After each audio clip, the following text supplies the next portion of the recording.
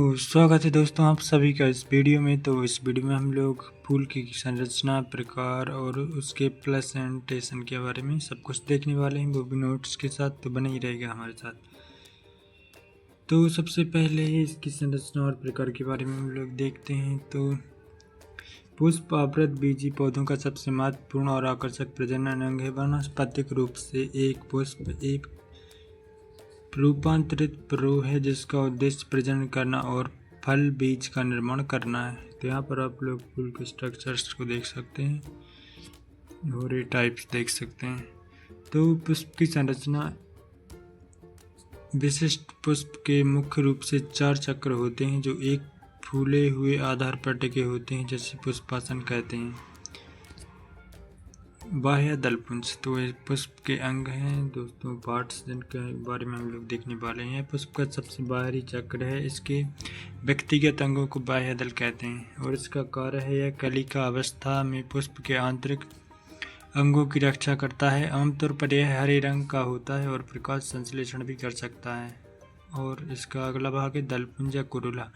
यह पुष्प का दूसरा चक्र है जिसके अंगों की पंखुड़ी पेटल्स कहा जाता है। कार्य पंखुड़ियाँ आमतौर पर रंगीन और सुगंधित होती हैं ताकि कीटों के परागण के लिए आकर्षित किया जा सके। पुपंग, यह पुष्प का नर जननांग है।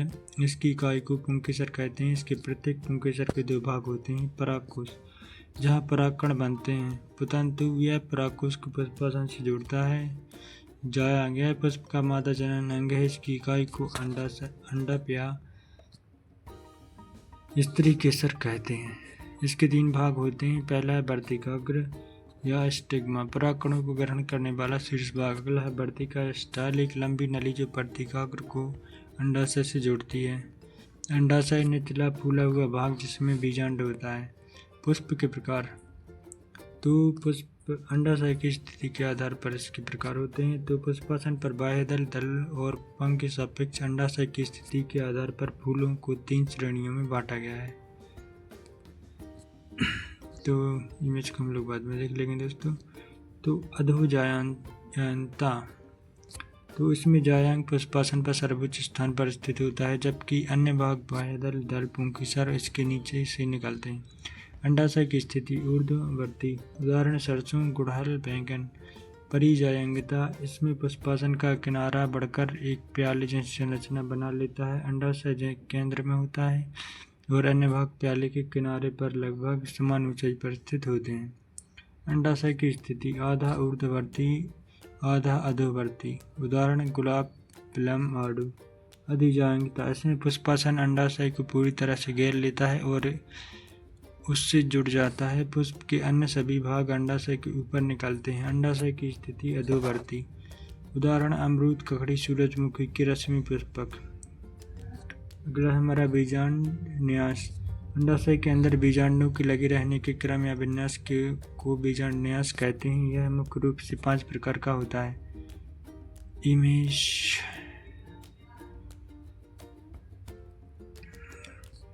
प्लेसेंटेशन, मेरिसेल, एक्सेल, पेरेंटल, पेरिसेंट्रल एंड बेसल।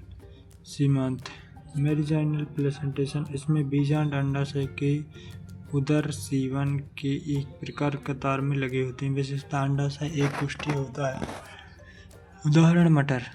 अक्षीय, इसमें अंडाशय बहुकुष्ठीय होता है और बीजांड अक्षीय पौधे पर लगे होते हैं, उदाहरण है गुड़हल, टमाटर, नींबू।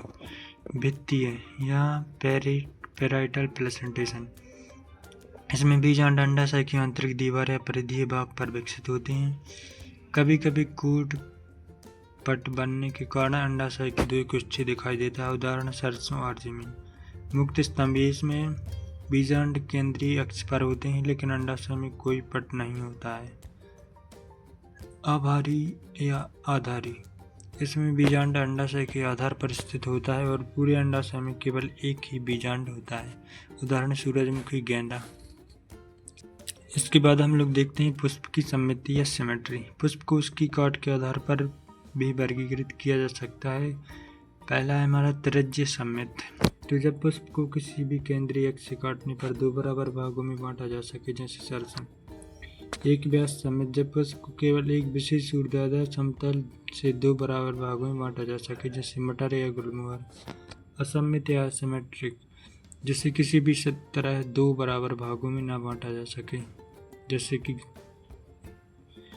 जैसे कि गन्ना। पुष्प न केवल सौंदर्य और सुगंध के लिए जाने जाते हैं, बल्कि वे पारिस्थितिकी तंत्र का आधार हैं। परागण के माध्यम से बीज बनना और फिर फल का विकास होना पौधों की निरंतरता सुनिश्चित करता है। मानव जीवन में इनका उपयोग चिकित्सा, इत्र और धार्मिक सामाजिक कार्यों में किया जाता है। निष्कर्ष: पुष्प की जटिल संरचना और इसके प्रकारों का अध्ययन वनस्पति विज्ञान की रीढ़ है। अंडाशय की स्थिति और बीजांड विन्यास के आधार पर पौधों का वर्गीकरण करना वैज्ञानिकों के लिए प्रजातियों की पहचान करने का एक सटीक तरीका है। दोस्तों, वीडियो देखने के लिए धन्यवाद। और सभी टॉपिक आपको इस चैनल की प्लेलिस्ट पर मिल जाएंगे। तो दोस्तों, जिस भी टॉपिक पर आपको वीडियो चाहिए, नोट चाहिए, तो आप लोग कमेंट कर सकते हैं। धन्यवाद।